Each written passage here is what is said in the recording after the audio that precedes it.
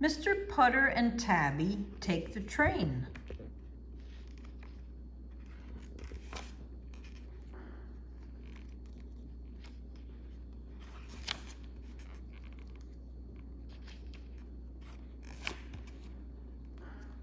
Chapter 1, An Idea.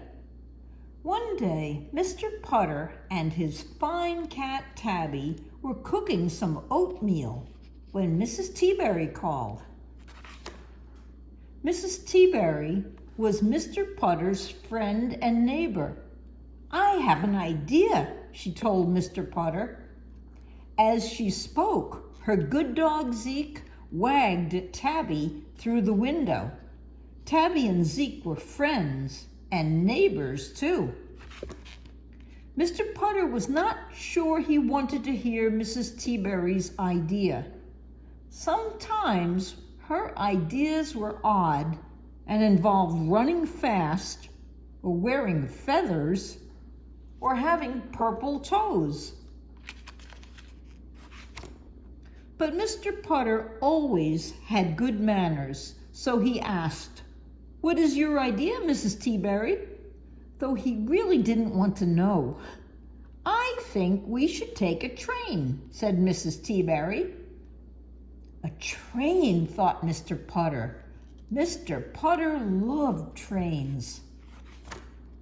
When he was a boy, he rode them all the time. He loved the big windows and smooth seats and traveling backwards. But he hadn't been on a train in years. "I haven't been on a train in years," he told Mrs. Teaberry. "Exactly," said Mrs. Teaberry. "Let's go tomorrow. We'll go north for 2 hours, then turn around and come back." Mr. Putter looked at Tabby, who was still waiting for her oatmeal. "Can we bring Tabby and Zeke?" Mr. Putter asked Mrs. Teaberry. "Of course," she said. "You're sure pets are allowed?" he asked. "Certainly." "And they can sit with us on the train?" Mr. Putter asked. "Of course they can," said Mrs. Teaberry. "You're sure?" said Mr. Putter. "I'm sure," said Mrs. Teaberry. "Positive?" asked Mr. Putter. "Positive," said Mrs. Teaberry. "Pets," she declared, "can go on trains." Chapter 2, Another Idea. "I'm sorry," said the ticket woman the next day. "Pets can't go on trains." "What?" said Mrs. Teaberry. Zeke was standing beside her wearing his traveling jacket. It had lots of pockets for bones and balls and little doggy lollipops. Mr. Putter and Tabby stood beside Zeke. They didn't have traveling jackets, just a nice blue blanket for naps. Mr. Putter looked at Mrs. Teaberry. "You said positive," he told her. "Well, the last time I took a train, pets were allowed," said Mrs. Teaberry. "When was that?" asked Mr. Putter. 1938, said Mrs. Teaberry. Mr. Putter had to smile. "Let's just go home," he said. "We'll have some tea." "We can't go home," said Mrs. Teaberry. "I've brought cards and games and binoculars and banana crunchies, and Zeke's jacket is all filled up." "Did you say banana crunchies?" asked Mr. Putter. Mrs. Teaberry nodded. "Like the kind we have on the 4th of July?" asked Mr. Putter. Mrs. Teaberry nodded again.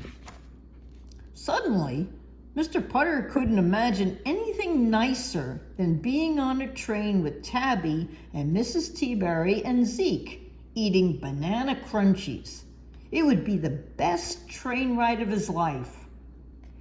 "We're not getting any younger," Mr. Putter told Mrs. Teaberry. "I have another idea." Chapter 3, Taking the Train. Mr. Putter and Mrs. Teaberry went home. 1 hour later, they went back to the station and bought their tickets. Mr. Putter looked a little different this time. This time, he had a very lumpy pack on his back. It was full of little holes, and sometimes tiny dog-eat lollipops fell out. Mr. Putter just stuck the lollipops back in and patted the pack on its head. Mrs. Teaberry looked a little different too. She was wearing a smock with very big pockets full of cards and games and binoculars and banana crunchies. And she carried a picnic basket that purred, but no one could hear it except Mrs. Teaberry. The two old friends got on the train and found seats by a big window. The train began to roll. Chug, chug, chug. Mr. Putter was so happy he thought he would burst. And for the next 4 hours, he and Mrs. Teaberry had the train ride of their lives. Of course, the backpack decided to crawl under the seat and snore, and the picnic basket kept batting at the window shade.